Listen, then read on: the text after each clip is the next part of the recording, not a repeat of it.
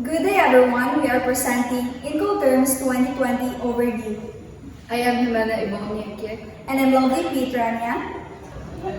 Incoterms or international commercial terms. When we say international, if you want to ship goods or products internationally, you need to know this topic. This Incoterm is only for international shipping. Therefore, we don't need Incoterms for domestic shipments. Commercial, it's about activity of buying and selling goods or trading goods. Terms. There are 11 terms and classified into 4 groups. First, E-terms, EXW. For F-terms, FAS, FOE, FCA. D-terms, DPU, DAP, DDP. And C-terms, CFR, CIF, CPT, CIP. There are certain changes na nabago from Incoterms 2010 to Incoterms 2020. The Incoterms 2020 are internationally accepted shipping rules, guides for seller and buyer na gusto mag-import or mag-export para mag-guide sila kung saan pagbayan, ang pag-deliver, and also the responsibilities sa buyer and seller para if ma-damage or mawala ang goods, they know kung kinsa ang responsible. Contract of sale here in Philippines is under Civil Code. Normally sa pagbaligya ng goods, as a seller, we are obliged na mag-atiman sa ating goods. So there are obligations of a seller.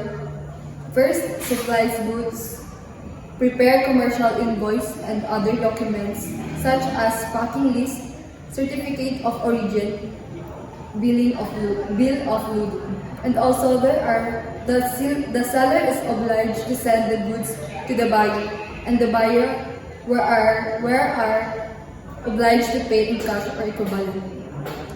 Obligation of buyer pay the contract price or agreed price. And kung kanasa o unsaon pagbayad. And if you are selling goods in the other country, mas daghan og agreement because it will leave the country. And it's difficult to catch if it's a bogus buyer. So sa mga international transaction, we need to use Incoterms 2020. So next is the common concerns in international trade transactions. So we have here examples. So projector. So you need to check if high quality ba siya, kung class A ba siya. Next is the features and specs, kung how many watts and voltage, and the quantity, kung 100 ba, 200, and when is the delivery, kung asa po ng delivery, and how to pay, through bank ba or letter of credit, open account, or direct remittance. And kung mawala o madamage yung goods, kinsa ang responsible. And ang pinaka-concern is pila o kung saan yung kailangan bayaran, and you need to think about this both parties to come up with an agreement. So next is there are 3 agreed terms. So first is purchase. The included terms of purchase is first is cost of goods. So there are 2 terms of purchase na optional lang. Kung i-purchase sa buyer, which is the insurance and the freight. So there are 4 types of insurance: inland insurance, marine insurance, port-to-port insurance, and destination insurance.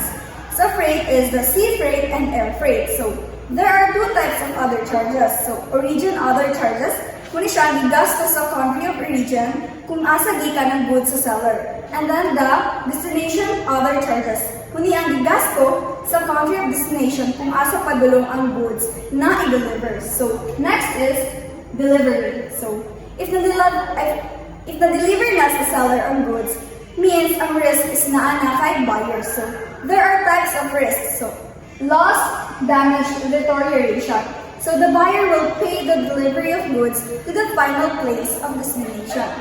It depends on the contract of agreement ni seller and buyer, and it also depends on Incoterms 2020. They agree. So delivery means it is when the goods are already in the possession of the buyer. So all in all, the concept of delivery, it applies to all Incoterms 2020, except the CFR, CIF, and CPT. So next is, kinsa dapat ang knowledgeable and dapat kabalo sa Incoterms 2020. So first yun is dapat si seller or the exporter kabalo ani. So kay gusto ni seller na dako iyahang profit, but dili siya gusto og risk, nasa iyang risk.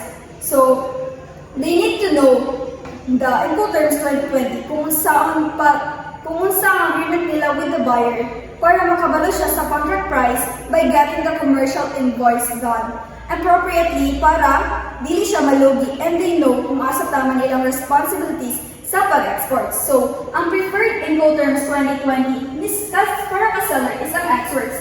Kaya mo ni ang most basic and ang advantage niya is na kay buyer ang risk and ang gasutanan is na ka buyer. And ang disadvantage is gamay ra siya o profit. And the next is the buyer or the importer. So, gusto niya nga gamay ra ang iyang magasto or makatipid siya and dili sa siya gusto nga ang risk is nasa iya ha.